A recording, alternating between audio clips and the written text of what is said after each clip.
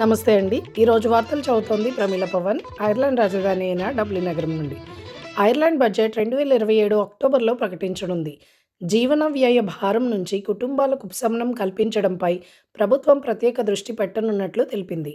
ఆదాయపు పన్ను తగ్గింపు, చైల్డ్ కేర్ ఖర్చులు తగ్గించే చర్యలో బడ్జెట్ ప్రధాన అంశాలుగా ఉండనున్నాయి. మరిన్ని వివరాలు త్వరలో వెల్లడి కానున్నాయి. యూరోపియన్ యూనియన్ కౌన్సిల్ అధ్యక్ష బాధ్యతల తొలి వారాన్ని పురస్కరించుకొని ఐర్లాండ్ ప్రత్యేక €2 స్మారక నాణాన్ని విడుదల చేసింది. ఈ నాణాన్ని సైమన్ హ్యారిస్, గ్యాబ్రియల్ మక్లుఫ్ ఈరోజు అధికారికంగా ఆవిష్కరించారు. ఈ నాణం ఐర్లాండ్ యూరోపియన్ యూనియన్లో పోషిస్తున్న కీలక పాత్రకు శాశ్వత గుర్తుగా నిలవనుందని ప్రభుత్వం తెలిపింది.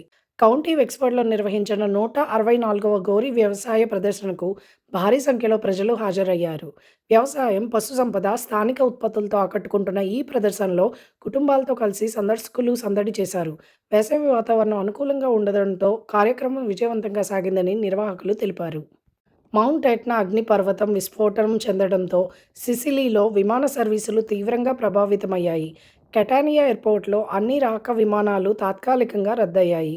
బూడిద మేఘాల కారణంగా ఐటీఏ ఎయిర్వేస్ కూడా పలు విమానాలను రద్దు చేసి లేదా రీషెడ్యూల్ చేసింది. దీంతో ప్రయాణికుల్లో తీవ్ర ఆందోళన నెలకొనింది. లండన్లో ప్రయాణికులకు మరో శుభవార్త. బస్సు, ట్రామ్ సింగిల్ టికెట్ ఛార్జీ £1.75గానే మరో 4 నెలలు కొనసాగనుంది. 1 గంటలోపు చేసే అపరిమిత బస్సు, ట్రామ్ ప్రయాణాలకు కూడా ఇదే ఒక ఛార్జీ వర్తిస్తుంది. ఈ నిర్ణయాన్ని ట్రాన్స్‌పోర్ట్ ఫర్ లండన్ ప్రకటించింది. నవంబర్ 1 వరకు ఈ ఛార్జీ అమల్లో ఉండనున్నాయి. ఇవి ఈరోజు వార్తలు. తిరిగి రేపు మళ్ళీ కలుద్దాం. నమస్తే.